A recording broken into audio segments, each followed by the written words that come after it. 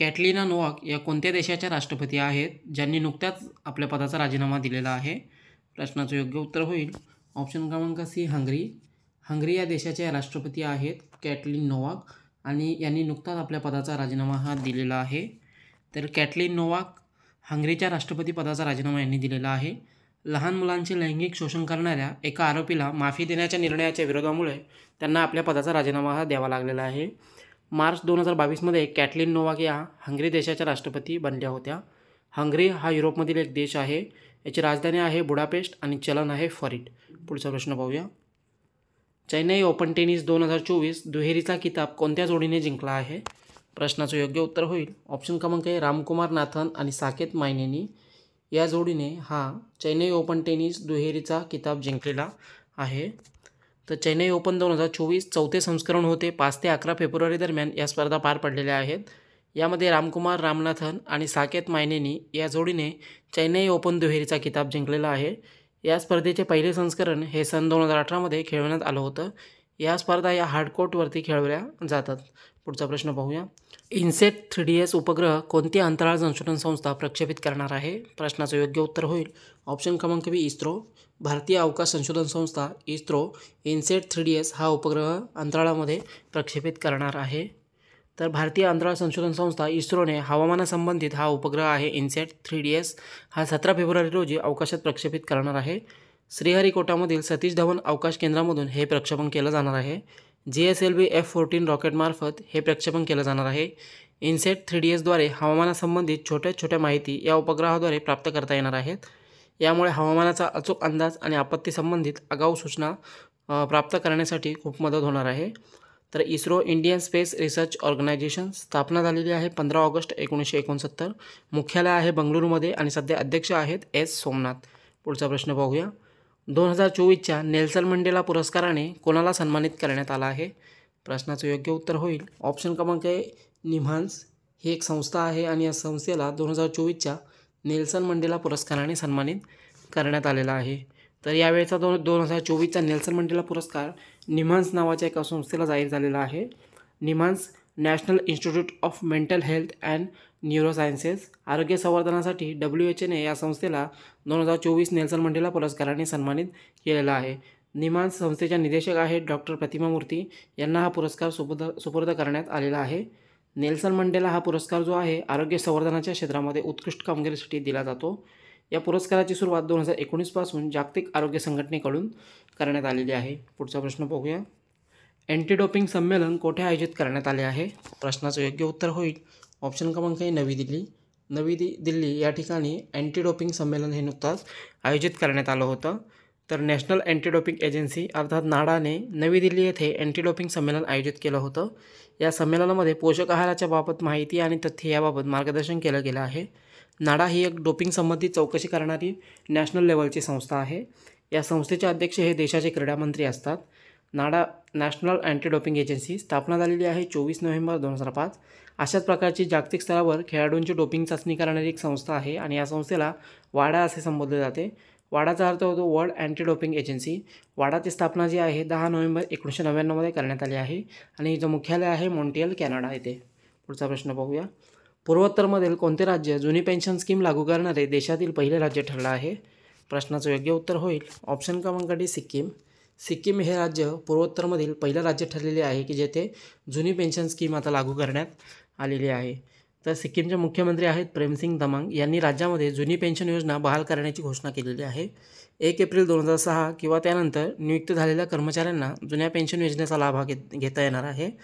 त्याचप्रमाणे ज्या सिक्कीम राज्य सरकारने कर्मचाऱ्यांची 4 वर्षाची सेवा पूर्ण झाली आहे अशा अस्थायी कर्मचाऱ्यांना देखील नियमित केलेलं आहे. जुनी पेन्शन योजना जी आहे या योजनेमध्ये कर्मचाऱ्यांना त्यांच्या निवृत्तीनंतरच्या अंतिम वेतनाच्या अर्ध्या रकमेच्या बरोबर रक्कम ही पेन्शन स्वरूपात दरमहा दिली जाते. 2004मध्ये ही जुनी पेन्शन योजना बंद करून त्याऐवजी राष्ट्रीय पेन्शन योजना सुरू केली गेली होती. तर सिक्कीम राज्यामध्ये आता ही जुनी पेन्शन योजना पुन्हा एकदा सुरू करण्यात आलेली आहे. तर सिक्कीम राजधानी आहे गंगटोक. मुख्यमंत्री आहेत प्रेमसिंग तमांग आणि राज्यपाल आहेत लक्ष्मण प्रसाद आचार्य. पुढचा प्रश्न पाहूया. कोणत्या अंतराळ संशोधन संस्थेने पेस हे मिशन अवकाशात प्रक्षेपित केलेलं आहे? प्रश्नाचं योग्य उत्तर होईल ऑप्शन क्रमांक बी, नासा. नासा अमेरिकन अंतराळ संशोधन संस्था आहे आणि या संस्थेने पेस हे मिशन अवकाशामध्ये नुकताच प्रक्षेपित हे केलेलं आहे. तर जगाच्या तापमानवाढीमध्ये पृथ्वीच्या वायुमंडल आणि महासागरांचा अभ्यास करण्यासाठी पेस हे मिशन प्रक्षेपित केलेलं आहे. पेसचा अर्थ होतो प्लेक्टन एरोसॉल क्लाउड ओशन इकोसिस्टीम अर्थात पेस. फ्लोरिडामधील केप कॅनाव्हरल स्पेस फोर्स स्टेशन येथून SpaceX फाल्कन 9 रॉकेटच्या साहाय्याने हे मिशन लॉन्च केलं गेलं आहे. हवामान बदलामध्ये महासागरांची भूमिका समजून घेण्यासाठी हे मिशन उपयोगी ठरणार आहे. तर नासाने सुरू केलेलं आहे national aeronautics and space administration, American अंतराळ संशोधन संस्था. स्थापना झालेली आहे 29 जुलै 1958मध्ये. मुख्यालय आहे वॉशिंग्टन DC आणि प्रशासक आहेत बिल नेल्सन. पुढचा प्रश्न पाहूया. भारत सरकारने कोणासोबत नुकताच $200 मिलियन अमेरिकन कर्जासाठी करार केलेला आहे? प्रश्नाचं योग्य उत्तर होईल ऑप्शन क्रमांक बी आशियाई विकास बँक. आशियाई विकास बँकेबरोबर भारत सरकारने नुकताच $200 मिलियन अमेरिकन कर्जासाठी करार हा केलेला आहे. तर हा जो कर्जाचा करार केलेला आहे आसाममधील ब्रह्मपुत्रा नदीच्या 650 किलोमीटर क्षेत्रामध्ये आणि त्याच्या आसपासच्या परिसरात पुरामुळे होणाऱ्या धोक्याचे व्यवस्थापन करण्यासाठी आशियाई विकास बँकेकडून $200 मिलियन कर्ज घेतले जाणार आहे. या योजनेच्या माध्यमातून जवळजवळ 1 मिलियन लोकांना फायदा होणार आहे. त्याचप्रमाणे 50,000 हेक्टर शेती क्षेत्रात देखील वाढ होणार आहे. आशियाई विकास बँक एक क्षेत्रीय विकास बँक आहे. भारत हा आशियाई विकास बँकेचा सदस्य देश आहे. आशियाई विकास बँकेची स्थापना झालेली आहे 19 डिसेंबर 1966. मुख्यालय आहे मनिला, फिलिपिन्समध्ये. सदस्य देश आहेत 68 आणि सध्या अध्यक्ष आहेत मात्सुगुसो असाकावा आणि हे जपानचे आहेत. पुढचा प्रश्न पाहूया. नितीश हे उपकरण कोणत्या राज्यामध्ये लॉन्च करण्यात आलं आहे? प्रश्नाचं योग्य उत्तर होईल ऑप्शन क्रमांक सी बिहार. बिहार या राज्यामध्ये हे डिव्हाइस लॉन्च करण्यात आलेलं आहे नितीश नावाचं. तर नितीशचा फुल फॉर्म होतो novel initiative technological intervention for safety of human lives. हे जे उपकरण आहे बिहारमधील IIT पटनाने आपत्ती निवारण प्राधिकरणाच्या साहाय्याने विकसित केलेलं आहे. या उपकरणाच्या माध्यमातून वापरकर्त्यांना वीज पडणे, उष्णतेची लाट, थंडीची लाट यासंबंधित जे आहे साव केलं जाणार आहे. याची पूर्वसूचना दिली जाणार आहे या उपकरणाच्या माध्यमातून. हे उपकरण बिहार हवामान विज्ञान विभाग यांच्यासोबत समन्वयित केलं गेलेलं आहे. पुढचा प्रश्न पाहूया. मीर मोहम्मद फारुख नाझकी यांचं नुकताच निधन झालं आहे. ते कोण होते? या प्रश्नाचं योग्य उत्तर होईल ऑप्शन क्रमांक सी वरील दोन्ही. म्हणजे ते पत्रकार होते आणि कवी होते. मीर मोहम्मद फारुकी नाझकी आणि यांचं नुकताच निधन हे झालेलं आहे. तर मीर मोहम्मद फारुकी पत्रकार आणि कवी होते. जन्म झालेला होता 14 फेब्रुवारी 1940मध्ये. श्रीनगर, जम्मू काश्मीर येथे त्यांचा जन्म झाला होता. त्यांनी ऑल इंडिया रेडिओ काश्मीर आणि दूरदर्शनमध्ये बऱ्याच महत्त्वाच्या पदांवर काम केलेलं आहे. 1995मध्ये त्यांना त्यांचे पुस्तक आहे ह्युतन कंजल वानास म्हणजे पळकोम्यागसाठी काश्मीरी साहित्य अकादमी पुरस्काराने देखील सन्मानित करण्यात आलं होतं. पुढचा प्रश्न पाहूया. NPCIचे गैरकार्यकारी अधिकारी कोण बनले आहेत? प्रश्नाचं योग्य उत्तर होईल ऑप्शन क्रमांक ए अजय कुमार चौधरी. NPCIचे गैरकार्यकारी जे अधिकारी आहेत हे बनलेले आहेत अजय कुमार चौधरी. तर NPCI national payment corporation of India नवीन अध्यक्ष गैरकार्यकारी अध्यक्ष बनलेले आहेत आणि स्वतंत्र निर्देशक आहेत अजय कुमार चौधरी. विश्वमोहन मोहपात्रा यांच्या जागेवर आता यांची नियुक्ती करण्यात आलेली आहे. NPCI भारतातील किरकोळ पेमेंट आणि सेटलमेंट सिस्टीम चालवण्याचे कार्य NPCI मार्फत केलं जातं. NPCI स्थापना झालेली आहे 2008मध्ये आणि मुख्यालय आहे मुंबईमध्ये. पुढचा प्रश्न पाहूया. स्वाती पोर्टलचे अनावरण कोणाच्या हस्ते करण्यात आलं आहे? प्रश्नाचं योग्य उत्तर होईल ऑप्शन क्रमांक सी अजय कुमार सूद यांच्या हस्ते या स्वाती पोर्टलचे नुकताच अनावरण हे करण्यात आलेलं आहे. तर स्वाती पोर्टल जे आहे हे महिलांसाठी प्रौद्योगिक आणि संशोधनाशी संबंधित एक पोर्टल आहे आणि याचं जे अनावरण आहे वैज्ञानिक सल्लागार असलेले प्रोफेसर अजय कुमार सूद यांनी भारतीय राष्ट्रीय विज्ञान अकादमीमध्ये याचं जे उद्घाटन आहे हे केलेलं आहे. संगीत नाटक अकादमीचे क्षेत्रीय केंद्र कोणत्या ठिकाणी स्थापन केलं जाणार आहे? प्रश्नाचं योग्य उत्तर होईल ऑप्शन क्रमांक ए हैदराबाद. हैदराबाद या ठिकाणी संगीत नाटक अकादमीचे क्षेत्रीय केंद्र स्थापन केलं जाणार आहे. हैदराबादमध्ये संगीत नाटक अकादमीचे क्षेत्रीय केंद्र सुरू केलं जाणार आहे आणि या केंद्राला दक्षिण भारताचे सांस्कृतिक केंद्र म्हणून ओळखले जाणार आहे. हे केंद्र दक्षिण भारत समृद्ध सांस्कृतिक वारसा वाढवण्यासाठी स्थापन केलं जात आहे. संगीत नाटक अकादमीचे दक्षिण भारत सांस्कृतिक केंद्राचे उद्घाटन देशाचे माजी उपराष्ट्रपती व्यंकय्या नायडू यांच्या हस्ते करण्यात आलं होतं. संगीत नाटक अकादमी जी आहे याची स्थापना झालेली आहे 1953मध्ये. संगीत, नृत्य आणि नाटक याच्या माध्यमातून भारतीय सांस्कृतिक वारसा जपला जातो. संगीत नाटक अकादमीचे मुख्यालय हे नवी दिल्ली या ठिकाणी आहे. पुढचा प्रश्न पाहूया. चेन्नई ओपन टेनिस 2024मध्ये पुरुष एकल किताब कोणी जिंकलेला आहे? प्रश्नाचं योग्य उत्तर होईल ऑप्शन क्रमांक डी सुमित नागल. सुमित नागल याने चेन्नई ओपन टेनिस 2024 स्पर्धेमध्ये पुरुष एकलचा किताब हा जिंकलेला आहे. तर सुमित नागलने जिंकलेला आहे चेन्नई ओपन 2024. 4थं संस्करण होतं हे. 5 ते 11 फेब्रुवारी दरम्यान या स्पर्धा पार पडलेल्या आहेत. यामध्ये सुमित नागल याने SDAT स्टेडियममध्ये पार पडलेल्या चेन्नई ओपन एकलच्या अंतिम सामन्यामध्ये इटलीच्या लुका नार्दी याला हरवत हा किताब जिंकलेला आहे. सुमित नागल याने आपल्या कारकिर्दीतील 5वे आणि या सीझनचे पहिले ATP किताब जिंकलेला आहे. टेनिस रँकिंगमध्ये सुमित नागल हा 121व्या क्रमांकावर आहे. या स्पर्धेचं जे पहिलं संस्करण होतं सन 2018मध्ये खेळवण्यात आलं होतं आणि आता 2024चं हे जे संस्करण आहे 4थं संस्करण होतं. पुढचा प्रश्न पाहूया. देशामध्ये राष्ट्रीय महिला दिवस दरवर्षी कोणत्या दिवशी साजरा केला जातो? प्रश्नाचं योग्य उत्तर होईल ऑप्शन क्रमांक सी 13 फेब्रुवारी. 13 फेब्रुवारी या दिवशी देशामध्ये राष्ट्रीय महिला दिवस हा साजरा केला जात असतो. तर 13 फेब्रुवारी हा सरोजिनी नायडू यांचा जन्मदिवस आहे. राष्ट्रीय महिला दिवस म्हणून देशभरात साजरा केला जातो. त्या एक राजकीय कार्यकर्त्या आणि कवयित्री होत्या. नागरी हक्क, महिला मुक्ती आणि साम्राज्यवाद विरोधी विचारांच्या त्या समर्थक होत्या. सरोजिनी नायडू या देशातील पहिल्या महिला राज्यपाल होत्या. त्या उत्तर प्रदेश राज्याच्या राज्यपाल होत्या. सरोजिनी नायडू यांना भारत कोकिला नावाने देखील ओळखले जाते. 13 फेब्रुवारी 1879 रोजी त्यांचा जन्म झाला होता आणि हा त्यांचा जन्मदिवस देशामध्ये राष्ट्रीय महिला दिन म्हणून साजरा केला जातो. त्याचप्रमाणे आंतरराष्ट्रीय महिला दिवस जो आहे हा 8 मार्च रोजी साजरा केला जातो. पुढचा प्रश्न पाहूया. कोणत्या देशामध्ये भारतीय UPI पेमेंट सेवा सुरू करण्यात आली आहे? प्रश्नाचं योग्य उत्तर होईल ऑप्शन क्रमांक डी बी आणि सी. मॉरिशस आणि श्रीलंका या देशामध्ये नुकताच भारतीय UPI पेमेंट सेवा सुरू करण्यात आलेली आहे.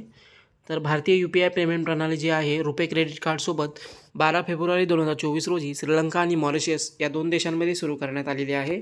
UPI आणि रुपे कार्ड सेवा मॉरिशसमध्ये देखील सुरू केली गेली आहे. पंतप्रधान नरेंद्र मोदी, श्रीलंकेचे राष्ट्रपती रणिल विक्रमसिंघे आणि मॉरिशसचे पंतप्रधान प्रविंद जगन्नाथ यांच्या उपस्थितीमध्ये या सेवांची लॉन्चिंग करण्यात आलेली आहे. युनिफाईड पेमेंट इंटरफेस अर्थात UPI एक अशी यंत्रणा आहे ज्याद्वारे तत्काळ पेमेंट सेटलमेंट केली जाते. UPIच्या साहाय्याने तत्काळ मोबाईलधारक पैशांची देवाणघेवाण करतात. या अगोदरच सिंगापूर, मलेशिया, संयुक्त अरब अमिरात, फ्रान्स, नेदरलँड, लक्झमबर्ग, स्वित्झर्लंड आणि नेपाळ तसेच UK या देशांमध्ये भारतीय UPI सेवा सुरू करण्यात आलेली आहे. पुढचा प्रश्न पाहूया. ICC अंडर-19 क्रिकेट विश्वकप कोणत्या संघाने जिंकला आहे? प्रश्नाचं योग्य उत्तर होईल ऑप्शन क्रमांक बी ऑस्ट्रेलिया. ऑस्ट्रेलिया संघाने ICC अंडर-19 क्रिकेटचा विश्वकप हा जिंकलेला आहे.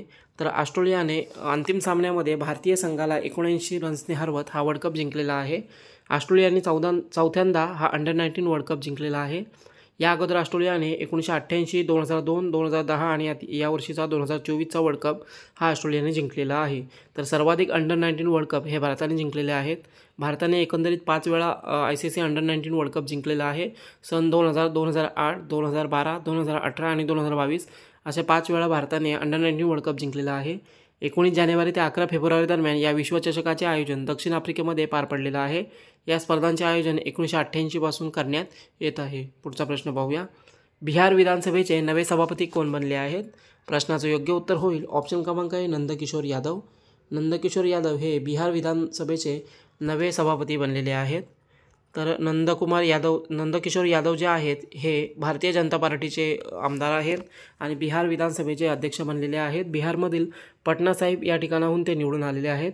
बिहारमध्ये सत्ता परिवर्तन झाल्यानंतर या अगोदरचे विधानसभा अध्यक्ष अवध बिहारी चौधरी यांच्या जागेवर नंदकिशोर यादव यांची निवड करण्यात आलेली आहे. तर बिहार राज्याचे विधानसभेचे सभापती म्हणून निवड झालेली आहे. तर बिहार स्थापना झालेली आहे 22 मार्च 1912. राजधानी आहे पटना. मुख्यमंत्री आहेत नितीश कुमार आणि राज्यपाल आहेत राजेंद्र अर्लेकर. पुढचा प्रश्न पाहूया. केल्विन किप्टम यांचं नुकताच निधन झालं आहे. ते कोणत्या देशाचे धावपटू होते? या प्रश्नाचं योग्य उत्तर होईल ऑप्शन क्रमांक आहे केनिया. केनिया देशाचे प्रसिद्ध धावपटू होते केल्विन किप्टम आणि यांचं नुकताच निधन झालेलं आहे. केनिया देशाचे धावपटू होते. यांचं अनेक जागतिक विक्रम यांच्या नावावर आहेत आणि यांचं नुकताच अपघातामध्ये निधन झालेलं आहे. केल्विन किप्टम यांनी 2023 शिकागो मॅरेथॉन केवळ 2 तास 35 सेकंदामध्ये पूर्ण करून जागतिक विक्रम केलेला होता. तर केनिया देशाचे धावपटू होते केनिया. राजधानी आहे नैरोबी. चलन आहे केनियन शिलिंग आणि राष्ट्रपती आहेत विलियम रुटो. पुढचा प्रश्न पाहूया. अलेक्झांडर स्टब हे कोणत्या देशाचे नवे राष्ट्रपती बनले आहेत? प्रश्नाचं योग्य उत्तर होईल ऑप्शन क्रमांक बी फिनलंड. फिनलंड या देशाचे हे नवे राष्ट्रपती बनलेले आहेत अलेक्झांडर स्टब. तर फिनलंडमध्ये नुकताच राष्ट्रपती पदाच्या निवडणुका पार पडलेल्या आहेत आणि यामध्ये माजी पंतप्रधान राहिलेले अलेक्झांडर स्टब यांनी विजय मिळवलेला आहे. नॅशनल कोएलिशन ही त्यांची पार्टी आहे आणि त्यांच्या पार्टीने 51.6% मते मिळवलेली आहेत. फिनलंड हा उत्तरी युरोपमधील एक नार्डिक देश आहे आणि या देशाच्या नव्या राष्ट्रपतीपदी यांची नियुक्तीही झालेली आहे. तर फिनलंडची राजधानी आहे हेल्सिंकी. चलन आहे युरो आणि पंतप्रधान आहेत पेटेरी ऑर्पो. पुढचा प्रश्न पाहूया. नुकताच दयानंद सरस्वती यांची जयंती साजरी करण्यात आली. ही त्यांची कितवी जयंती होती? या प्रश्नाचं योग्य उत्तर होईल ऑप्शन क्रमांक डी 200वी. दयानंद सरस्वती यांची नुकताच जयंती साजरी करण्यात आली आणि ही या वर्षीची त्यांची 200वी जयंती होती. या कार्यक्रमासाठी पंतप्रधान नरेंद्र मोदी यांनी स्वामी दयानंद सरस्वती यांच्या 200व्या जयंती समारंभासाठी त्यांचे जन्मस्थान असलेल्या मोरंबी टंकारा येथे आयोजित कार्यक्रमाला व्हिडिओ कॉन्फरन्सद्वारे संबोधित केलेला आहे. दयानंद सरस्वती यांचा जन्म 12 फेब्रुवारी 1824मध्ये गुजरातमधील टंकारा या शहरामध्ये झाला होता. त्यांचे मूळ नाव मूळशंकर असे होते. 1882मध्ये त्यांनी अजमेर या ठिकाणी परोपकारिणी सभेची स्थापना केली. 1875मध्ये त्यांनी मुंबई येथे आर्य समाजाची स्थापना देखील केलेली आहे. तर वेदांकडे परत चला ही त्यांची प्रमुख एक घोषणा होती. सत्यार्थ प्रकाश, वेदभाष्य, ऋग्वेदादी, भाष्यभूमिका ही त्यांची काही प्रसिद्ध पुस्तके आहेत. पुढचा प्रश्न पाहूया. पंतप्रधान नरेंद्र मोदी यांनी कोणत्या राज्यातील झांबुआ येथे 7,300 करोड रुपयांच्या विकास कामांचे नुकताच लोकार्पण केलं आहे? या प्रश्नाचं योग्य उत्तर होईल ऑप्शन क्रमांक डी मध्य प्रदेश. मध्य प्रदेशमधील झांबुआ येथे 7,300 करोड रुपयांच्या विकास कामांचे नुकताच लोकार्पण केलेलं आहे पंतप्रधान नरेंद्र मोदी यांनी. तर मध्य प्रदेशमधील हे ठिकाण आहे झांबुआ आणि या ठिकाणी हे विकास कामांचे लोकार्पण नरेंद्र मोदी यांच्या हस्ते करण्यात आलेलं आहे. त्याचप्रमाणे 2 लाख महिलांना आहार अनुदान आयोगाच्या अंतर्गत मासिक हप्ता देखील वितरित केला गेला आहे. या योजनेच्या माध्यमामधून मध्य प्रदेशमध्ये विविध मागासवर्गीय जनजातीच्या महिलांच्या पोषक आहारासाठी 1,500 रुपये प्रति महिना दिले जातात. तसेच या कार्यक्रमादरम्यान पंतप्रधान आदर्श गाव योजनेच्या अंतर्गत 559 गावांसाठी 55.9 करोड रुपयांच्या निधीचे देखील हस्तांतरण केलं गेलं आहे. तर मध्य प्रदेशमध्ये या विकास कामांचं लोकार्पण करण्यात आलेलं आहे. मध्य प्रदेश स्थापना झालेली आहे राज्याची 1 नोव्हेंबर 1956मध्ये. राजधानी आहे भोपाळ. मुख्यमंत्री आहेत मोहन यादव आणि राज्यपाल आहेत मंगूभाई पटेल. पुढचा प्रश्न पाहूया. Deenbandhu Chhoturam thermal power plant कोणत्या राज्याशी संबंधित आहे, ज्याला उभारणीसाठी नुकताच मंजुरी मिळालेली आहे? या प्रश्नाचं योग्य उत्तर होईल ऑप्शन क्रमांक डी हरियाणा. हरियाणामधील Deenbandhu Chhoturam thermal power plant हा हरियाणा राज्याशी संबंधित आहे आणि याच्या उभारणीसाठी नुकताच मंजुरीही मिळालेली आहे. तर Deenbandhu Chhoturam thermal power plant Haryana राज्यातील एक प्रकल्प आहे आणि याची क्षमता असणार आहे 800 मेगावॉट इतकी.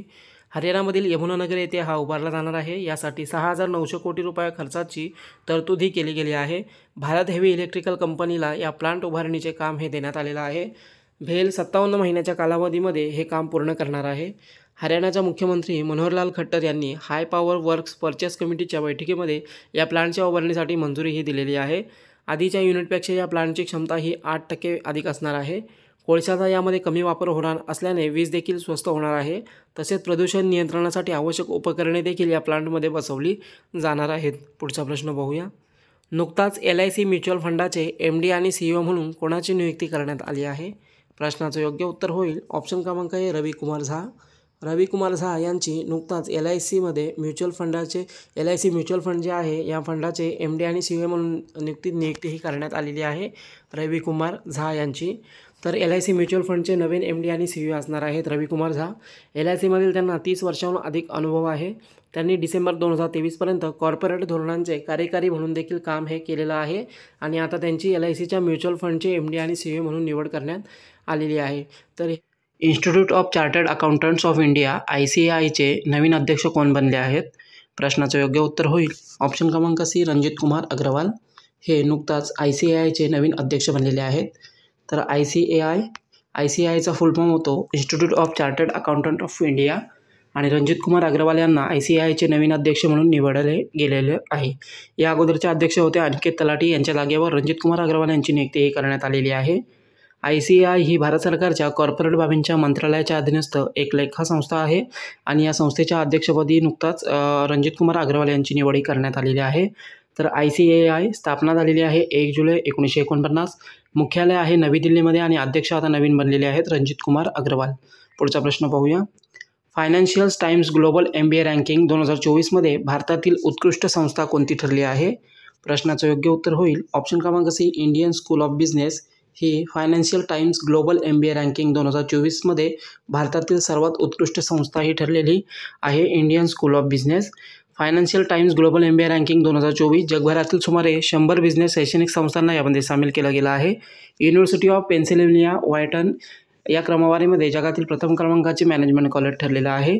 इन्सिड दुसऱ्या क्रमांकावर, कोलंबिया बिझनेस स्कूल तिसऱ्या, SDA बोकोनी स्कूल ऑफ मॅनेजमेंट चौथ्या, तर IAC बिझनेस स्कूल 5व्या क्रमांकावर या रँकिंगमध्ये राहिलेले आहेत. तर भारतातील इंडियन स्कूल ऑफ बिझनेस जागतिक क्रमवारीमध्ये 31व्या क्रमांकावर आहे, तर भारतातील पहिल्या क्रमांकाचे संस्थान ठरलेले आहे. पुढचा प्रश्न पाहूया. KPP नांबियार पुरस्काराने कोणाला सन्मानित करण्यात आला आहे? प्रश्नाचं योग्य उत्तर होईल ऑप्शन क्रमांक C, S सोमनाथ. इस्रोचे अध्यक्ष S सोमनाथ यांना KPP नांबियार पुरस्काराने नुकताच सन्मानित हे करण्यात आलेला आहे. तर KPP नांबियार पुरस्कार जो आहे हा केरळमधील एक पुरस्कार आहे आणि राज्यातील व्यक्तींना विशेष कार्यासाठी हा पुरस्कार देण्यात येत असतो. भारतीय अंतराळ संशोधन संस्था इस्रोचे सध्याचे अध्यक्ष आहेत S सोमनाथ आणि यांना हा 2024चा नांबियार पुरस्कार प्रदान करण्यात आलेला आहे. दरवर्षी या पुरस्काराचे वितरण हे केलं जात असतं. S सोमनाथ यांना मानवतेसाठी अंतराळ क्षेत्रामधील त्यांच्या योगदानासाठी हा पुरस्कार प्रदान करण्यात आलेला आहे. पुढचा प्रश्न पाहूया. गुप्तेश्वर वन कोणत्या राज्याशी संबंधित आहे, ज्याला नुकताच जैवविविधता वारसा स्थळ घोषित केलं गेलं आहे? प्रश्नाचं योग्य उत्तर होईल ऑप्शन क्रमांक D, ओडिसा. ओडिसा राज्यामधील हे वन आहे गुप्तेश्वर वन आणि या वनाला नुकताच जैवविविधता वारसा स्थळ म्हणून घोषित करण्यात आलेलं आहे. तर ओडिसामधील कोरापूट जिल्ह्यात असलेले हे गुप्तेश्वर वन याला नुकताच जैवविविधता वारसा स्थळ घोषित करण्यात आलेलं आहे. ओडिसामधील हे चौथं ठिकाण आहे की ज्याला जैवविविधता वारसा स्थळ घोषित करण्यात आलेलं आहे. गुप्तेश्वर वन हे 350 हेक्टर क्षेत्रावर पसरलेले वन असून यामध्ये 608 जीवांच्या प्रजाती राहतात. तसे 182 प्रकारच्या वृक्षांच्या प्रजाती येथे आढळतात. तर ओडिसा राज्यामधील हे वन आहे ओडिसा. राजधानी आहे भुवनेश्वर. मुख्यमंत्री आहेत नवीन पटनाईक आणि राज्यपाल आहेत रघुवर दास. पुढचा प्रश्न पाहूया. कोणत्या राज्य सरकारने राज्यामध्ये सेमीकंडक्टर नीती लागू केलेली आहे? प्रश्नाचं योग्य उत्तर होईल ऑप्शन क्रमांक C, उत्तर प्रदेश. उत्तर प्रदेश राज्य सरकारने नुकताच राज्यामध्ये सेमीकंडक्टर संबंधित नीती लागू केलेली आहे. तर उत्तर प्रदेशचे मुख्यमंत्री योगी आदित्यनाथ यांनी विधानसभेमध्ये उत्तर प्रदेश राज्यामध्ये सेमीकंडक्टर नीती लागू करण्याबाबत घोषणा केलेली आहे. या अनुषंगाने कानपूर आणि झाशी या ठिकाणादरम्यान बुंदेलखंड औद्योगिक विकास प्राधिकरणाची स्थापना ही केली गेली आहे. सेमीकंडक्टर म्हणजे ज्या पदार्थाची विद्युत चालकता ही विद्युत चालकांपेक्षा कमी आणि विद्युत अचालकांपेक्षा जास्त असते. इलेक्ट्रॉनिक वस्तूमध्ये सेमीकंडक्टरचा वापर हा मोठ्या प्रमाणावर केला जातो. सिलिकॉन, जर्मेनियम, कॅडमियम, सल्फाईड ही काही सेमीकंडक्टरची उदाहरणे आहेत. पुढचा प्रश्न पाहूया.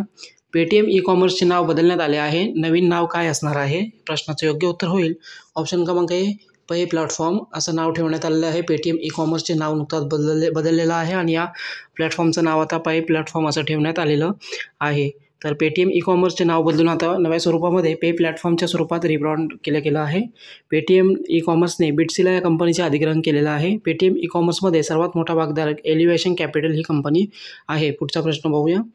भारताचे पहिले CDS जनरल बिपिन रावत यांच्या प्रतिमेचे अनावरण कोठे करण्यात आले आहे? प्रश्नाचं योग्य उत्तर होईल ऑप्शन क्रमांक D, डेहराडून. उत्तराखंडमधील डेहराडून या ठिकाणी भारताचे पहिले CDS chief defence staff general Bipin Rawat यांच्या प्रतिमेचं अनावरण हे करण्यात आलेलं आहे. तर देशाचे संरक्षण मंत्री राजनाथ सिंग यांच्या हस्ते भारताचे पहिले CDS जनरल बिपिन रावत यांच्या प्रतिमेचे अनावरण उत्तराखंडमधील डेहराडून या ठिकाणी करण्यात आलेलं आहे. डेहराडूनमधील ट्रोन्स ब्रिजच्या शाळेच्या परिसरामध्ये या प्रतिमेचे अनावरण करण्यात आलेलं आहे. 2021मध्ये तामिळनाडूमधील कुन्नूरजवळ एका हेलिकॉप्टर दुर्घटनेमध्ये बिपिन रावत यांचा मृत्यू झाला होता. चीफ ऑफ डिफेन्स स्टाफ हे पद जे आहे भारतीय सशस्त्र बळाचे प्रमुख तसेच भारतीय सशस्त्र बळाच्या चीफ ऑफ स्टाफ कमिटीचे स्थायी अध्यक्ष असतात. सध्या भारताचे CDS जनरल आहेत अनिल चौहान. पुढचा प्रश्न पाहूया. 9वा गव्हर्नमेंट टेक पुरस्कार कोणत्या देशाला प्रदान करण्यात आला आहे? प्रश्नाचं योग्य उत्तर होईल ऑप्शन क्रमांक A, भारत. आपला देश भारताला 9वा गव्हर्नमेंट टेक पुरस्कार हा नुकताच प्रदान करण्यात आलेला आहे. भारताला जागतिक सरकार संमेलन 2024मध्ये AI संचालित सरकारी सेवांमध्ये उत्कृष्ट प्रयत्नांसाठी हा 9वा गव्हर्नमेंट टेक पुरस्कार प्रदान करण्यात आलेला आहे. हा वार्षिक पुरस्कार असून संयुक्त अरब अमिरातच्या सरकारकडून हा पुरस्कार देण्यात येत असतो. दुबईचे युवराज शेख हमदान बिन मोहम्मद अल मक्तूम यांच्याद्वारे या पुरस्काराचे वितरण हे करण्यात आलेलं आहे. पुढचा प्रश्न पाहूया. नुकताच जागतिक रेडिओ दिवस केव्हा साजरा केला गेला? प्रश्नाचं योग्य उत्तर होईल ऑप्शन क्रमांक B, 13 फेब्रुवारी. 13 फेब्रुवारी हा दिवस जगभरामध्ये दरवर्षी जागतिक रेडिओ दिवस म्हणून साजरा केला जात असतो. यावर्षी नुकताच हा दिवस साजरा करण्यात आलेला आहे आणि हे यावर्षीचं या दिवसाचे 13वे संस्करण होते. रेडिओचे महत्त्व आणि त्याबद्दल जागरूकता वाढवण्याच्या उद्देशाने दरवर्षी 13 फेब्रुवारी हा दिवस जागतिक रेडिओ दिवस म्हणून साजरा केला जातो. 1895मध्ये पहिले रेडिओ प्रसारण गुग्लिल्मो मार्कोनी यांच्याकडून करण्यात आलं होतं. सन 2011मध्ये युनेस्कोच्या सदस्य देशांनी 13 फेब्रुवारी हा दिवस जागतिक रेडिओ दिवस म्हणून घोषित केला होता. यावर्षीच्या जागतिक रेडिओ दिवसाची थीम आहे रेडिओ, सूचना देणारी, मनोरंजन करणारी आणि शिक्षित करणारी एक पिढी. पुढचा प्रश्न पाहूया. पंतप्रधान सूर्यघर मोफत वीज योजनेअंतर्गत किती वीज मोफत प्रदान केली जाणार आहे? प्रश्नाचं योग्य उत्तर होईल ऑप्शन क्रमांक डी 300 युनिट. या योजनेच्या माध्यमातून 300 युनिटपर्यंत वीज ही मोफत दिली जाणार आहे. पंतप्रधान सूर्यघर मोफत वीज योजना यासाठी सरकारने पंतप्रधान नरेंद्र मोदी यांनी एका नवीन योजनेची घोषणा केलेली आहे. सरकार मोफत वीज देणार असून यासाठी पंतप्रधान सूर्यघर मोफत वीज योजना सुरू करण्यात आलेली आहे. या योजनेच्या माध्यमातून 1 करोड घरांना प्रति महिना 300 युनिटपर्यंत वीज मोफत दिली जाणार आहे. या योजनेसाठी सुमारे 75,000 करोड रुपयांपेक्षा अधिकची गुंतवणूक ही केली जाणार आहे. या योजनेसंबंधित अजून एक योजना पंतप्रधान सूर्योदय योजना देखील सुरू करण्यात आलेली आहे आणि योजनेच्या माध्यमातून 1 करोड घरांवर सोलर पॅनल बसवले जाणार आहेत. पुढचा प्रश्न पाहूया.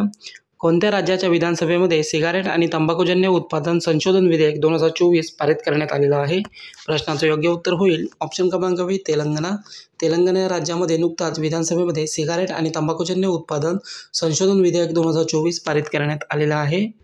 तर तेलंगणा विधानसभा आणि विधान परिषदेमध्ये सिगारेट आणि अन्य तंबाखूजन्य उत्पादनावर प्रतिबंध घालणारे संशोधन विधेयक 2024 पारित करण्यात आलेलं आहे. तेलंगणामध्ये आता राज्यात सर्व हुक्का पार्लर देखील बंदी घातली जाणार आहे. तेलंगणा विधानसभेचे संसदीय कार्यमंत्री आहेत श्रीधर बाबू यांनी हे विधेयक मांडलेलं आहे. या विधेयकानुसार आता तेलंगणामध्ये सिगारेट आणि तंबाखूजन्य पदार्थांची जाहिरात, विक्री आणि उत्पादनासाठी बंदी ही कायम ठेवली आहे. तर तेलंगणा राज्याची स्थापना झालेली आहे 2 जून 2014. राजधानी आहे हैदराबाद. मुख्यमंत्री आहेत रेवंत रेड्डी आणि राज्यपाल आहेत तमिलसाई सौंदरराजन. पुढचा प्रश्न पाहूया. नुकताच दत्ताजीराव गायकवाड यांचं निधन झालं आहे. ते कोणत्या क्षेत्राशी संबंधित होते? प्रश्नाचं योग्य उत्तर होईल ऑप्शन क्रमांक सी क्रिकेटर. ते क्रिकेटर होते दत्ताजीराव गायकवाड आणि यांचं नुकताच निधन झालेलं आहे. तर दत्ताजीराव गायकवाड वयाच्या 95व्या वर्षी यांचं निधन झालेलं आहे. ते माजी कसोटी क्रिकेटपटू होते. सर्वाधिक वयोवृद्ध भारतीय क्रिकेटपटू देखील होते. भारतीय कसोटी संघाचे कर्णधारपद देखील त्यांनी भूषवलेलं होतं आणि भारतासाठी त्यांनी 11 कसोटी सामने खेळलेले होते. 1952 ते 1961 या कालावधीदरम्यान त्यांनी भारतीय संघाचे प्रतिनिधित्व हे केलं होतं आणि आता यांचं नुकताच वयाच्या 95व्या वर्षी निधन हे झालेलं आहे दत्ताजीराव गायकवाड यांचं. आंतरराष्ट्रीय न्यायालयाचे अध्यक्ष म्हणून कोणाची नियुक्ती करण्यात आली आहे? प्रश्नाचं योग्य उत्तर होईल ऑप्शन क्रमांक ए नवाब सलाफ यांची नुकताच आंतरराष्ट्रीय न्यायालयाचे अध्यक्ष म्हणून नियुक्ती करण्यात आलेली आहे. तर लेबनान देशाचे न्यायाधीश आहेत नवाब सलाम आणि यांना आता आंतरराष्ट्रीय न्यायालयाचे अध्यक्ष नियुक्त करण्यात आलेलं आहे. त्यांनी अमेरिकेचे न्यायाधीश जॉन ई डोनाग्यू यांचं स्थान ग्रहण केलेलं आहे. तसेच युगांडाच्या न्यायाधीश आहेत जुलिया सेबुटुडे यांना आंतरराष्ट्रीय न्यायालयाच्या उपाध्यक्ष म्हणून निवडलं गेलं आहे. आंतरराष्ट्रीय न्यायालय हे संयुक्त राष्ट्राचे एक महत्त्वाचे न्यायिक अंग आहे. आंतरराष्ट्रीय न्यायालयाची स्थापना झालेली आहे 1945 मुख्यालय आहे हेग नेदरलँडमध्ये. या आंतरराष्ट्रीय न्यायालयाअंतर्गत सहभागी देश आहेत 193 आणि आता हे नवीन अध्यक्ष बनलेले आहेत नवाब सलाम. पुढचा प्रश्न पाहूया. CBSE बोर्ड कोणत्या देशामध्ये आपले कार्यालय सुरू करणार आहे? प्रश्नाचं योग्य उत्तर होईल ऑप्शन क्रमांक सी संयुक्त अरब अमिरात. संयुक्त अरब अमिरातमध्ये CBSE बोर्ड आपले कार्यालय सुरू करणार आहे. तर CBSE UAEची राजधानी अबुधाबी या ठिकाणी आपले कार्यालय सुरू करणार आहे. मागच्या महिन्यात IIT दिल्लीच्या अबुधाबी कॅम्पसमध्ये मास्टर्स कोर्स सुरू करण्यात आला आहे. तसेच या अगोदर CBSE दुबईमध्ये देखील आपले कार्यालय सुरू करणार आहे. तर CBSE central board of secondary education भारतातील एक सार्वजनिक आणि प्रायव्हेट शाळांसाठीचे केंद्रीय स्तरावरील हे बोर्ड आहे CBSE. याची स्थापना झालेली आहे 2 जुलै 1929 आणि मुख्यालय आहे नवी दिल्ली या ठिकाणी. पुढचा प्रश्न पाहूया. ICC cricket player of the month जानेवारी 2024साठी कोणाला निवडलं गेलं आहे? प्रश्नाचं योग्य उत्तर होईल ऑप्शन क्रमांक सी शामर जोसेफ. वेस्ट इंडिजचा जलद गोलंदाज आहे शामर जोसेफ आणि याला ICC cricketer player of the month जानेवारी 2024साठी निवडलं गेलेलं आहे. तर वेस्ट इंडिज जलद गोलंदाज शामर जोसेफ 2024साठी ICC player of the month ठरलेला आहे. प्लेयर ऑफ द मंथ ठरणारा तो वेस्ट इंडिजचा पहिलाच पुरुष खेळाडू ठरलेला आहे. तसेच आयर्लंडची एमी हंटर ही महिला वर्गामध्ये जानेवारी महिन्यासाठी प्लेयर ऑफ द मंथ ठरलेली आहे. पुढचा प्रश्न पाहूया. कोणत्या भारतीय कंपनीने नुकताच 20 लाख करोड रुपये बाजार मूल्य पार केलेलं आहे? प्रश्नाचं योग्य उत्तर होईल ऑप्शन क्रमांक बी रिलायन्स इंडस्ट्रीज. या कंपनीने 20 लाख करोड रुपयांचं बाजार मूल्य नुकताच पार केलेलं आहे आणि भारतातील ही पहिली कंपनी ठरलेली आहे 20 लाख करोड रुपयांचं मार्केट कॅपिटलायझेशन प्राप्त करणारी. तर 20 लाख करोड रुपयांचे बाजार मूल्य पार करणारी रिलायन्स भारतातील पहिली कंपनी आहे. तसेच जागतिक पातळीवर आघाडीच्या 50 कंपन्यांमध्ये सामील असलेले पेप्सिको, शेल, PLC आणि सिस्को यांसारख्या दिग्गज कंपन्यांना मागे टाकत 49व्या क्रमांकावर रिलायन्स इंडस्ट्रीज आलेली आहे. 20 जुलै 2023 रिलायन्सपासून वेगळ्या झालेल्या जिओ फायनान्शियल सर्व्हिसेसचा समावेश केला गेला. तर एकूण मार्केट कॅपिटल हे 21.73 लाख करोड रुपये इतके झालेलं आहे. सध्या जगामध्ये मायक्रोसॉफ्ट ही सर्वात जास्त मूल्य असलेली कंपनी आहे. हिचे बाजार मूल्य 3.08 लाख करोड रुपये इतके आहे. त्यानंतर ॲपल ही कंपनी 2.89 लाख करोड रुपयांच्या बाजार मूल्यांसह दुसऱ्या स्थानावर आहे. तर तिसऱ्या क्रमांकावर सौदी अरामकोचा क्रमांक लागतो. सौदी अरामकोचं एकूण मार्केट कॅपिटलायझेशन 2.04 लाख करोड रुपये इतकं आहे. पुढचा प्रश्न पाहूया. ग्रो रिपोर्ट आणि पोर्टलचे अनावरण कोणी केलं आहे? प्रश्नाचं योग्य उत्तर होईल ऑप्शन क्रमांक बी, नीती आयोग. नीती आयोगाने नुकताच ग्रो रिपोर्ट आणि पोर्टलचं अनावरण हे केलेलं आहे. तर नीती आयोगाने केलेलं आहे. नीती आयोगाने कृषी वानिकीसोबत ओसाड जमिनींना पुन्हा पीकक्षेत्राखाली आणण्यासाठी आणि त्या जमिनींचा जीर्णोद्धार करण्याच्या उद्देशाने ग्रो रिपोर्ट आणि पोर्टलचे उद्घाटन हे केलेलं आहे. या मोहिमेअंतर्गत 2030पर्यंत 26 मिलियन हेक्टर ओसाड जमिनी बहाल केल्या जाणार आहेत. तर NITI Aayog national institution for transforming India याचा फुल फॉर्म होतो. स्थापना झालेली आहे 1 जानेवारी 2015. मुख्यालय आहे नवी दिल्ली या ठिकाणी. अध्यक्ष आहेत नरेंद्र मोदी, उपाध्यक्ष आहेत सुमन बेरी आणि मुख्य कार्यकारी अधिकारी आहेत BVR सुब्रमण्यम. तर नीती आयोगाचे जे अध्यक्ष असतात हे देशाचे पंतप्रधान नीती आयोगाचे अध्यक्ष असतात. पुढचा प्रश्न पाहूया. जगातील पहिली एअर टॅक्सी सेवा कोणत्या ठिकाणी सुरू केली जाणार आहे? प्रश्नाचं योग्य उत्तर होईल ऑप्शन क्रमांक सी, दुबई. दुबई या ठिकाणी जगातील पहिली एअर टॅक्सी सेवा सुरू केली जाणार आहे.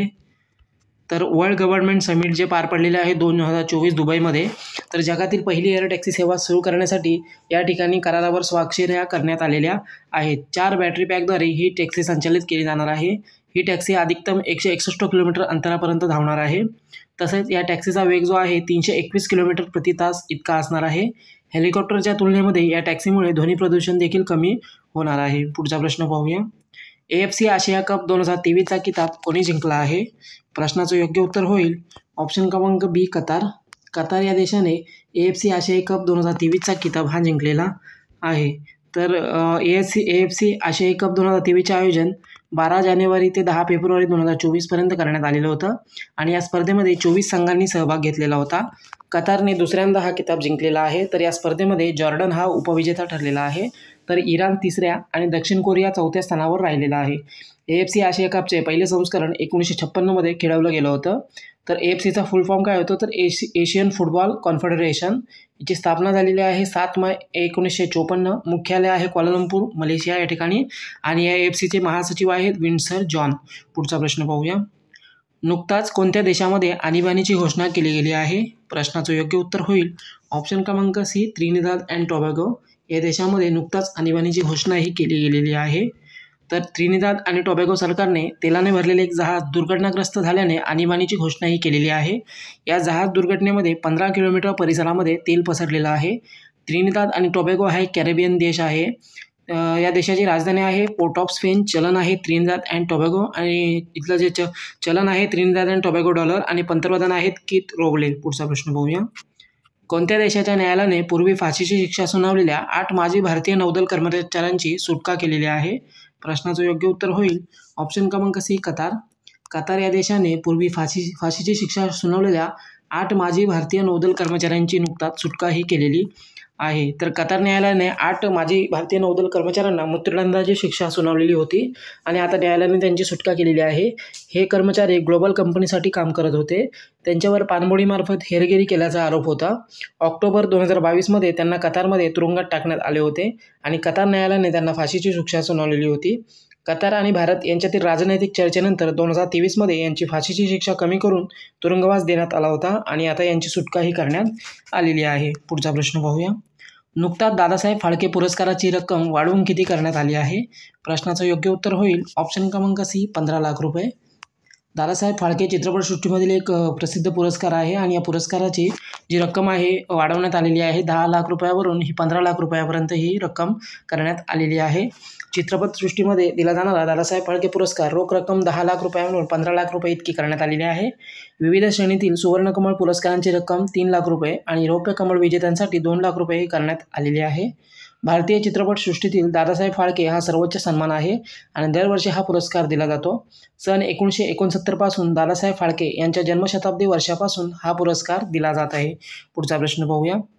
IPL 2024साठी चेन्नई सुपर किंग्सने कोणाला ब्रँड अँबॅसेडर बनवलेलं आहे? प्रश्नाचं योग्य उत्तर होईल ऑप्शन क्रमांक सी, कतरिना कैफ. सिने अभिनेत्री कतरिना कैफ हिला IPL 2024साठी चेन्नई सुपर किंग्स संघाने ब्रँड अँबॅसेडर बनवलेला आहे. तर चेन्नई सुपर किंग्सने इंडियन प्रीमियर लीग 2024च्या सत्रासाठी अभिनेत्री कतरिना कैफ हिला ब्रँड अँबॅसेडर नियुक्त केलेला आहे. कतरिना कैफची ब्रँड अँबॅसेडर म्हणून घोषणा ही CSKच्या इथिहाड एअरवेजच्या नव्याने झालेल्या प्रायोजकत्व कराराच्या आधारावर करण्यात आलेली आहे. पुढचा प्रश्न पाहूया.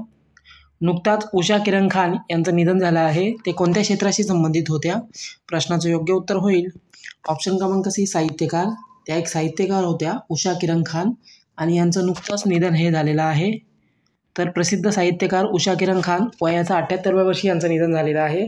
त्यांना 2015मध्ये पद्मश्री पुरस्काराने देखील सन्मानित करण्यात आलं होतं.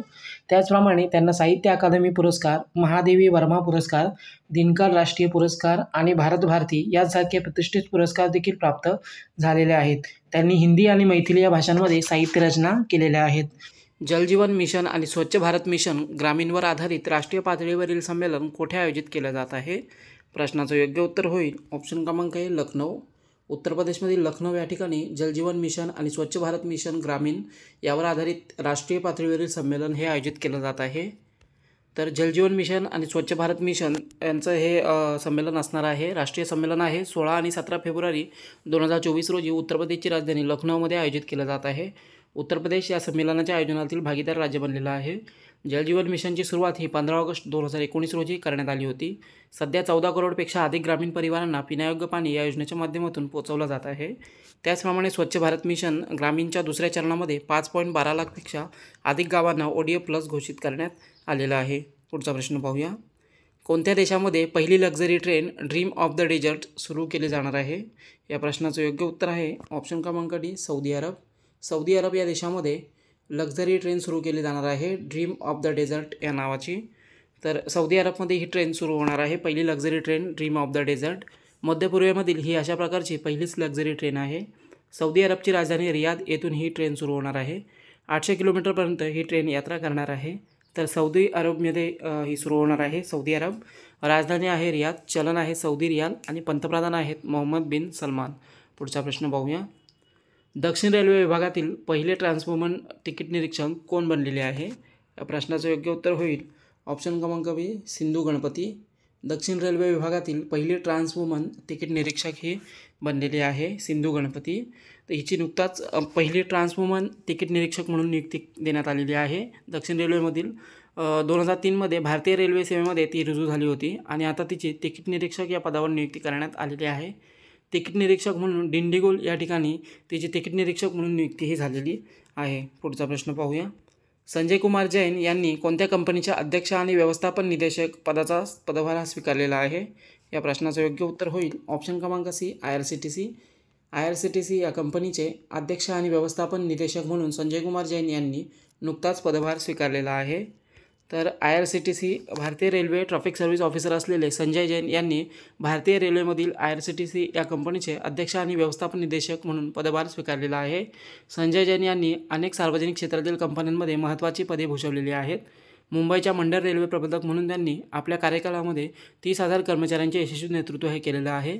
तसेच 40 लाख प्रवाशांना सेवा देणाऱ्या सर्वात मोठ्या नेटवर्कचे व्यवस्थापन देखील त्यांनी केलेलं आहे. तर IRCTC Indian railway catering and tourism corporation ची स्थापना झालेली आहे 27 सप्टेंबर 1999मध्ये. मुख्यालय आहे नवी दिल्ली आणि अध्यक्ष आता नवीन बनलेले आहेत संजय कुमार जैन. पुढचा प्रश्न पाहूया. ध्वनी आधारित अँटी ड्रोन सिस्टम कोणत्या संस्थानाने विकसित केली आहे? या प्रश्नाचं योग्य उत्तर होईल ऑप्शन क्रमांक आहे IIT जम्मू. IIT जम्मूने अँटी ड्रोन सिस्टम लॉन्च केलेली आहे ध्वनी आधारित. तर IIT जम्मूने लॉन्च केलेले आहे. IIT जम्मूचे प्रोफेसर आहेत डॉक्टर करण नथवानी यांनी या ध्वनी आधारित अँटी ड्रोन सिस्टमचे जे विकसित आहे केलेलं आहे. अशा प्रकारची ही पहिलीच प्रणाली आहे आणि या अँटी ड्रोन प्रणालीमध्ये कॅमेरा किंवा रडार यांची आवश्यकता नसणार आहे. ही प्रणाली ध्वनी संकेताच्या आधारे संचलित होणारी यंत्रणा आहे.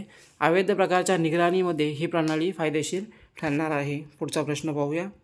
पंतप्रधान नरेंद्र मोदी यांच्या हस्ते कोणत्या ठिकाणी भारत मार्ट मंचाची पायाभरणी करण्यात आली? प्रश्नाचं योग्य उत्तर होईल ऑप्शन क्रमांक सी दुबई. दुबई या ठिकाणी पंतप्रधान नरेंद्र मोदी यांच्या हस्ते भारत मार्ट मंचाची पायाभरणी ही नुकताच करण्यात आलेली आहे. तर पंतप्रधान नरेंद्र मोदी आणि UAEचे पंतप्रधान शेख मोहम्मद बिन रशीद अल मक्तूम यांनी भारत मार्टची पायाभरणी दुबईमध्ये केलेली आहे. दुबईमधील जेबेल अली मुक्त व्यापार क्षेत्रामध्ये हे भारत मंच जे आहे याचे भारत मार्ट याची स्थापनाही केलेली आहे. भारतातील सूक्ष्म लघु आणि मध्यम उद्योगांना आपले कार्यक्षेत्र वाढवण्यासाठी एक मंच प्रदान करणे हा या भारत मार्ट स्थापन करण्यामागचा मुख्य उद्देश आहे. खाडीतील देश आणि आफ्रिकन देशांमध्ये आपला व्यवसाय वाढवण्यासाठी भारत मार्ट फायदेशीर ठरणार आहे. पुढचा प्रश्न बघूया. आगामी ICC T20 वर्ल्ड कप स्पर्धेसाठी भारतीय संघाचा कर्णधार म्हणून कोणाच्या नावाची घोषणा करण्यात आली आहे? या प्रश्नाचं योग्य उत्तर होईल ऑप्शन क्रमांक डी, रोहित शर्मा. रोहित शर्मा याची आगामी ICC T20 वर्ल्ड कप स्पर्धेसाठी भारतीय संघाचा कर्णधार म्हणून नुकताच घोषणाही करण्यात आलेली आहे. तर अमेरिका आणि वेस्ट इंडिजमध्ये संयुक्तरित्या आयोजित केल्या जाणाऱ्या T20 वर्ल्ड कप 2024 स्पर्धेसाठी रोहित शर्मा हाच भारतीय संघाचा कर्णधार असणार आहे. BCCIचे सचिव जय शाह यांनी याबाबत घोषणा केलेली आहे. गेल्या काही काळापासून हार्दिक पांड्या हा T20 संघाचे नेतृत्व करत होता, परंतु आता वर्ल्ड कप स्पर्धेसाठी रोहित शर्मा हा भारतीय संघाचा कर्णधार असणार आहे. T20 वर्ल्ड कप या 2 जून ते 29 जून या कालावधीमध्ये पार पडणार आहे आणि सध्या तिन्ही फॉर्मॅटमध्ये भारतीय संघाचा कर्णधार हा रोहित शर्माच आहे. पुढचा प्रश्न पाहूया. कोणत्या राज्य सरकारने वनमित्र योजना सुरू केली आहे? या प्रश्नाचं योग्य उत्तर होईल ऑप्शन क्रमांक बी, हरियाणा. हरियाणा राज्य सरकारने वनमित्र ही योजना सुरू केलेली आहे. तरुणांना रोजगार देण्याच्या उद्देशाने ही वनमित्र योजना जी आहे सुरू करण्यात आलेली आहे. तर या मिशन 60,000 या योजनेचा एक हा भाग आहे वनमित्र योजना. मुख्यमंत्री मनोहरलाल खट्टर यांनी चंदीगड येथून या योजनेचा शुभारंभ केलेला आहे. 1 लाख रुपयांपेक्षा कमी वार्षिक उत्पन्न असलेल्या तरुणांना या योजनेचा लाभ घेता येणार आहे. या योजनेच्या माध्यमातून राज्यातील तरुणांना झाडे लावण्यासाठी अनुदान देण्यात येणार आहे आणि त्या माध्यमातून तरुणांना रोजगार देण्याचा प्रयत्न हा केला जाणार आहे. सरकारकडून प्रति खड्डा खोदण्यासाठी 20 रुपये दिले जाणार आहेत आणि 30 रुपये हे झाड लावण्यासाठी देण्यात येणार आहेत आणि त्यानंतर प्रत्येक महिना प्रति झाड सरकार 10 रुपये देणार आहे. त्यानंतर दुसऱ्या वर्षामध्ये 8 रुपये प्रति झाड, त्यानंतर तिसऱ्या वर्षामध्ये 5 रुपये प्रति झाड देणार आणि चौथ्या वर्षाला 3 रुपये प्रति झाड दरमहा सरकारकडून हे दिले जाणार आहेत. पुढचा प्रश्न पाहूया. उत्तर प्रदेश राज्य सरकारने आपत्ती निवारण प्रक्रियेमध्ये सुलभता आणण्यासाठी कोणासोबत करार केला आहे? या प्रश्नाचं योग्य उत्तर होईल ऑप्शन क्रमांक ए, IIT रुडकी. IIT रुडकी यांच्यासोबत उत्तर प्रदेश राज्य सरकारने आपत्ती निवारण प्रक्रियेमध्ये सुलभता आणण्यासाठी करार हा केलेला आहे. तर आपत्ती येण्याअगोदर जीवितहानी कमी करण्यासाठी आणि लोकांना सुरक्षित स्थानी पोहोचवण्यासाठी उत्तर प्रदेशचे मुख्यमंत्री योगी आदित्यनाथ यांच्या आदेशानुसार आपत्ती आयुक्त कार्यालय आणि IIT रुडकी यांच्यामध्ये एक करार करण्यात आलेला आहे. या करारानुसार IIT रुडकीमधील प्रशिक्षित व्यक्ती या आपत्ती आयुक्त कार्यालयातील कर्मचारी लोकांना विशेष प्रशिक्षण हे देणार आहेत. आपत्ती निवारणासाठी आवश्यक उत्कृष्ट कौशल्य आणि तंत्रज्ञान कर्मचाऱ्यांना दिलं जाणार आहे. तर उत्तर प्रदेश राज्य सरकार आणि रुडकी IIT रुडकी यांच्यामध्ये हा करार झालेला आहे. तर उत्तर प्रदेश राज्याची स्थापना झालेली आहे 25 जानेवारी 1951. राजधानी आहे लखनौ. मुख्यमंत्री आहेत योगी आदित्यनाथ आणि राज्यपाल आहेत आनंदीबेन पटेल. पुढचा प्रश्न पाहूया. कोणत्या राज्य सरकारने काजीनेमू या फळाला राजकीय फळ घोषित केलेलं आहे? या प्रश्नाचं योग्य उत्तर होईल ऑप्शन क्रमांक सी, आसाम. आसाम या राज्य सरकारने काजीनेमू या फळाला राजकीय फळ घोषित केलेलं आहे. तर अधिकृतपणे काजीनेमू आता आसामचा राजकीय फळ असणार आहे. या फळाला सायट्रस लिमोन नावाने देखील ओळखले जाते. हे फळ लिंबाची एक प्रजाती आहे. काजीनेमू या फळाला या अगोदरच 2019मध्ये भौगोलिक संकेत GI टॅग हा प्राप्त झालेला आहे. तर आसामची राजधानी आहे दिसपूर. मुख्यमंत्री आहेत हेमंत बिस्वा शर्मा आणि राज्यपाल आहेत गुलाबचंद कटारिया. पुढचा प्रश्न पाहूया. कोणत्या राज्य सरकारने स्वयं योजना सुरू केली आहे? या प्रश्नाचं योग्य उत्तर होईल ऑप्शन क्रमांक डी, ओडिसा. ओडिसा राज्य सरकारने स्वयं नावाची ही योजना नुकताच सुरू केलेली आहे. तर स्वयं योजना ही जी आहे या योजनेच्या माध्यमातून ओडिसामधील तरुणांना 1 लाख रुपयांपर्यंत विनाव्याज सहाय्य दिले जाणार आहे. ही स्वयं योजना 18 ते 35 वयोगटातील तरुणांसाठी सुरू करण्यात आलेली आहे आणि बेरोजगार तरुणांसाठी ही योजना असणार आहे. तरुणांना उद्योग व्यवसाय सुरू करण्यासाठी हे बिनव्याजी कर्ज शासनाकडून देण्यात येणार आहे. विशेष वर्गातील तरुणांसाठी जास्तीत जास्त वयोमर्यादा 40 वर्षे इतकी असणार आहे. तर ओडिसा राज्य सरकारने सुरू केलेली योजना आहे ओडिसाची राजधानी आहे भुवनेश्वर. मुख्यमंत्री आहेत नवीन पटनाईक आणि राज्यपाल आहेत रघुवर दास. पुढचा प्रश्न पाहूया. तामिळनाडूमधील पहिली आदिवासी महिला सिव्हिल जज कोण बनली आहे? या प्रश्नाचं योग्य उत्तर होईल ऑप्शन क्रमांक ए, व्ही श्रीपती. ही तामिळनाडूमधील पहिली आदिवासी महिला सिव्हिल जज बनलेली आहे. तर तामिळनाडूमधील आदिवासी समुदायातून येणारी व्ही श्रीपती हिची सिव्हिल जज या पदावर नुकताच नियुक्ती करण्यात आलेली आहे. या पदावर पोहोचणारी राज्यातील पहिली आदिवासी महिला ठरलेली आहे. तामिळनाडूमधील तिरुवन्नमलाई जिल्ह्यातील जावादू या डोंगराळ भागातील पुलियार या गावाची ती रहिवासी आहे. 2023मध्ये 2 दिवस अगोदर प्रसूती झालेली असताना परीक्षा देण्यासाठी 200 किलोमीटरपेक्षा अधिक अंतर प्रवास करून परीक्षा देण्यासाठी चेन्नई येथे ती पोहोचलेली होती आणि आता तिची नुकतीच सिव्हिल जज या पदावर नियुक्ती ही झालेली आहे. जपान देशाला मागे टाकत कोणत्या देशाची अर्थव्यवस्था जगातील तिसरी सर्वात मोठी अर्थव्यवस्था ठरली आहे? प्रश्नाचं योग्य उत्तर होईल ऑप्शन क्रमांक डी जर्मनी. जर्मनी देशाची अर्थव्यवस्था आता जपानला मागे टाकत जगातील तिसऱ्या क्रमांकाची सर्वात मोठी अर्थव्यवस्था ठरलेली आहे. तर जर्मनी देशाची अर्थव्यवस्था जगातील तिसरी सर्वात मोठी अर्थव्यवस्था म्हणून जपानला मागे टाकत पुढे गेलेली आहे. जपानची अर्थव्यवस्था मागील वर्षी 1.9% वाढूनसुद्धा चौथ्या तिमाहीमध्ये मागे पडलेली आहे आणि त्यामुळे जगात चौथ्या मोठ्या अर्थव्यवस्थेवर आता ही जर्मनी पोचलेली आहे. तर जपानचा GDP आता $4.2 ट्रिलियन पोचला आहे. जगातील सर्वात मोठी अर्थव्यवस्था सध्या अमेरिका आहे, 21.44 लाख करोड GDP. तर भारतीय अर्थव्यवस्था सध्या 2.94 लाख करोड GDP सह 5व्या क्रमांकावर आहे. पुढचा प्रश्न पाहूया. SBI कॅपिटल मार्केट्स लिमिटेडचे व्यवस्थापकीय संचालक आणि मुख्य कार्यकारी अधिकारी कोण बनले आहेत? या प्रश्नाचं योग्य उत्तर होईल ऑप्शन क्रमांक D Virendra Bansal. Virendra Bansal SBI capital market लिमिटेडचे व्यवस्थापकीय संचालक आणि मुख्य कार्यकारी अधिकारी हे बनलेले आहेत. तर SBI कॅपिटलचे नवीन MD आणि CEO म्हणून वीरेंद्र बंसल यांची निवड करण्यात आलेली आहे. या अगोदर ते SBIचे अमेरिकेमध्ये कंट्री हेड होते. SBI capital he state bank of इंडियाची सबसिडियरी कंपनी आहे. तर SBI कॅप्स स्थापना झालेली आहे 1986मध्ये, मुख्यालय आहे मुंबईमध्ये. तर SBI state bank of India हिची स्थापना झालेली आहे 1 जुलै 1955, मुख्यालय आहे मुंबईमध्ये आणि अध्यक्ष आहेत दिनेश कुमार खरा. पुढचा प्रश्न पाहूया. भारतातील पहिली हेलिकॉप्टर आपत्कालीन आरोग्यसेवा कोणत्या राज्यामध्ये सुरू करण्यात आली आहे? या प्रश्नाचं योग्य उत्तर होईल ऑप्शन क्रमांक डी उत्तराखंड. उत्तराखंडमध्ये भारतातील पहिली हेलिकॉप्टर आपत्कालीन आरोग्यसेवा ही सुरू करण्यात आलेली आहे. तर भारतातील पहिली हेलिकॉप्टर आपत्कालीन सेवा असणार आहे उत्तराखंडमध्ये सुरू करण्यात आलेली आहे. या सेवेच्या माध्यमामधून एक हेलिकॉप्टर हे एम्समध्ये तैनात केलं जाणार आहे. या हेलिकॉप्टरच्या माध्यमातून 150 किलोमीटरच्या अंतरामध्ये तातडीच्या प्रसंगी रुग्णांना हॉस्पिटलपर्यंत पोहोचवले जाणार आहे. ही योजना संजीवनी या अभियानाच्या माध्यमातून संचलित होणार आहे. डोंगराळ भागातील दुर्घटनाग्रस्त पीडित व्यक्ती तसेच रुग्णांना हेलिकॉप्टरच्या माध्यमातून एम्सपर्यंत पोहोचवले जाणार आहे. पुढचा प्रश्न पाहूया. मुख्यमंत्री विश्वकर्मा पेन्शन योजनेचा शुभारंभ कोणत्या राज्यामध्ये करण्यात आला आहे? प्रश्नाचं योग्य उत्तर होईल ऑप्शन क्रमांक डी राजस्थान. राजस्थान राज्यामध्ये ही मुख्यमंत्री विश्वकर्मा पेन्शन योजना सुरू करण्यात आलेली आहे. तर मुख्यमंत्री विश्वकर्मा पेन्शन योजना मजूर आणि फुटपाथवरील जे मजूर लोक आहेत यांच्यासाठी ही पेन्शन योजना सुरू करण्यात आलेली आहे. 60 वर्ष किंवा त्यापेक्षा अधिक वयाच्या पात्र श्रमिकांना या योजनेच्या माध्यमामधून 2,000 रुपयांची मासिक पेन्शन ही दिली जाणार आहे. तर राजस्थान राज्य सरकारने सुरू केलेली योजना आहे. राजस्थानची राजधानी आहे जयपूर. मुख्यमंत्री आहेत भजनलाल शर्मा आणि राज्यपाल आहेत कलराज मिश्र. पुढचा प्रश्न पाहूया. नुकताच रचना कुमारी हिच्यावर 12 वर्षाची बंदी घालण्यात आलेली आहे. ही कोणत्या खेळाशी संबंधित खेळाडू आहे? या प्रश्नाचं योग्य उत्तर होईल ऑप्शन क्रमांक बी हातोडाफेक.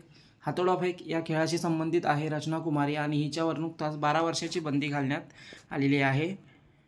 तर हिला दुसऱ्यांदा डोपिंग नियमांचे उल्लंघन केल्यामुळे 12 वर्षासाठी निलंबित करण्यात आलेला आहे रचना कुमारी हिला. रचनाने या अगोदर 2015 ते 2019 दरम्यानसुद्धा हिचं निलंबन झालेलं होतं. आशियाई स्पर्धेमध्ये भाग घेणाऱ्या 68 सदस्यीय भारतीय संघाची ती एक सदस्य होती. या स्पर्धेमध्ये तिने महिला वर्गामध्ये हातोडाफेकमध्ये 58.13 मीटर हातोडा फेकत 9व्या स्थानावर या स्पर्धेमध्ये राहिलेली होती. तसेच जूनमध्ये भुवनेश्वर येथे पार पडलेल्या राष्ट्रीय आंतरराज्यीय चॅम्पियनशिपमध्ये तिने 65.03 मीटर हातोडा फेकत सुवर्णपदकही मिळवलेलं होतं. पुढचा प्रश्न बघूया. पंतप्रधान नरेंद्र मोदी नुकताच आपल्या कार्यकाळामध्ये दुसऱ्यांदा कोणत्या देशाच्या दौऱ्यावर गेलेले आहेत? या प्रश्नाचं योग्य उत्तर होईल ऑप्शन क्रमांक बी कतार. कतार या देशाची दुसऱ्यांदा यात्रा केलेली आहे पंतप्रधान नरेंद्र मोदी यांनी आपल्या कार्यकाळामध्ये. तर पहिल्यांदा नरेंद्र मोदी 2016मध्ये कतार दौऱ्यावर गेले होते आणि त्यानंतर आता 2024मध्ये ते कतार दौऱ्यावर गेलेले आहेत. पंतप्रधान मोदी यांनी कतारचे शेख तमीम बिन अहमद अल थानी यांच्याशी द्विपक्षीय चर्चा केलेली आहे. व्यापार, गुंतवणूक, ऊर्जा आणि प्रौद्योगिकी यांसारख्या विषयांवर द्विपक्षीय सहकार्य वाढवण्याबाबत या भेटीदरम्यान चर्चाही झालेली आहे. कतारचे 70% उत्पन्न जे आहे ते प्राकृतिक गॅस आणि तेल यांच्या माध्यमातून येत असतं. तर कतारची राजधानी आहे दोहा. राजभाषा आहे अरबी. चलन आहे कतारी रियाल आणि पंतप्रधान आहेत मोहम्मद बिन अब्दुल रहमान. पुढचा प्रश्न पाहूया. लोकशाही सूचकांक 2024 क्रमवारीमध्ये भारत कोणत्या स्थानी आहे? या प्रश्नाचं योग्य उत्तर होईल ऑप्शन क्रमांक सी 41व्या. नुकताच लोकशाही सूचकांक 2024 क्रमवारी जाहीर करण्यात आलेली आहे आणि यामध्ये भारताचे स्थान हे 41व्या क्रमांकावर राहिलेलं आहे. ब्रिटिश वर्तमानपत्र आहे द इकॉनॉमिस्ट आणि यांनी 167 देशातील लोकशाही व्यवस्थेची क्रमवारी अहवाल तयार केलेला आहे. या क्रमवारीमध्ये भारत 7.18 स्कोअरसह 41व्या स्थानावर आहे. या अहवालानुसार भारतीय लोकशाहीमध्ये काही त्रुटी निदर्शनास आणल्या गेल्या आहेत.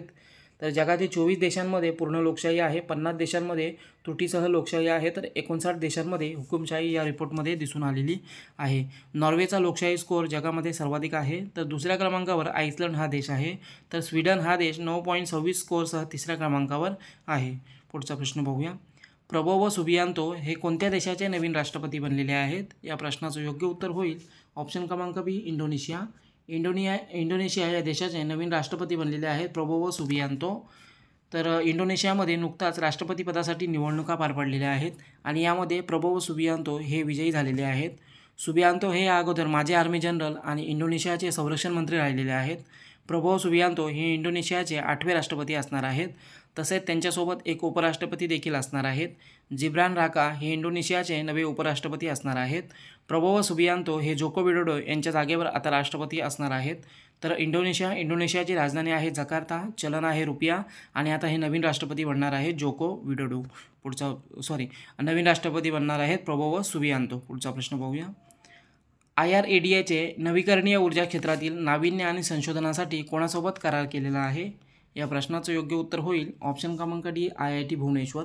IIT भुवनेश्वरसोबत IRADAने नुकताच नवीकरणीय ऊर्जा क्षेत्रातील एक नाविन्य आणि संशोधनासाठी करार केलेला आहे. तर IREDA, Indian renewable energy development agency limited हिने अक्षय ऊर्जा क्षेत्रातील नवीन आणि संशोधनाला प्रोत्साहन देण्यासाठी IIT भुवनेश्वरसोबत करार केलेला आहे.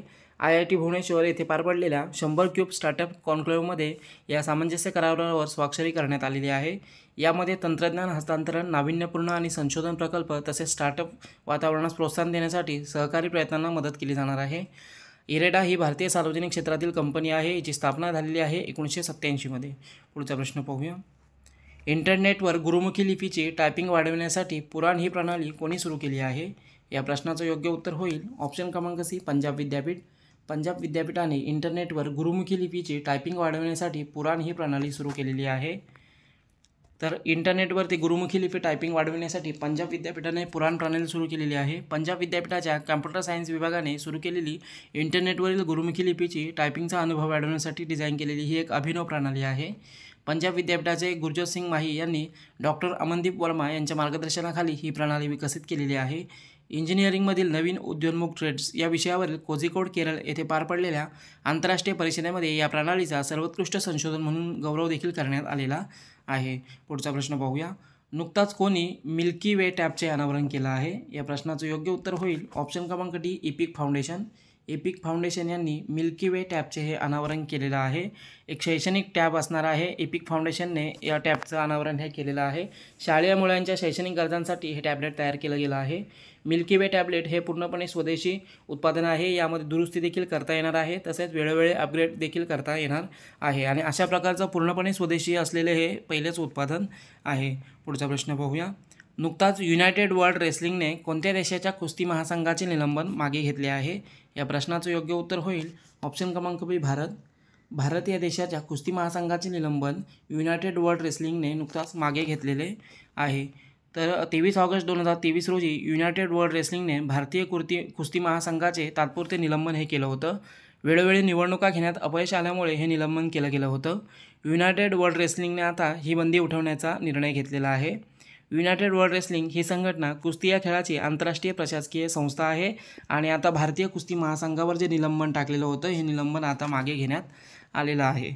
तर हे होते आजच्या दिवसाचे काही महत्त्वाचे चालू घडामोडीचे क्वेश्चन्स.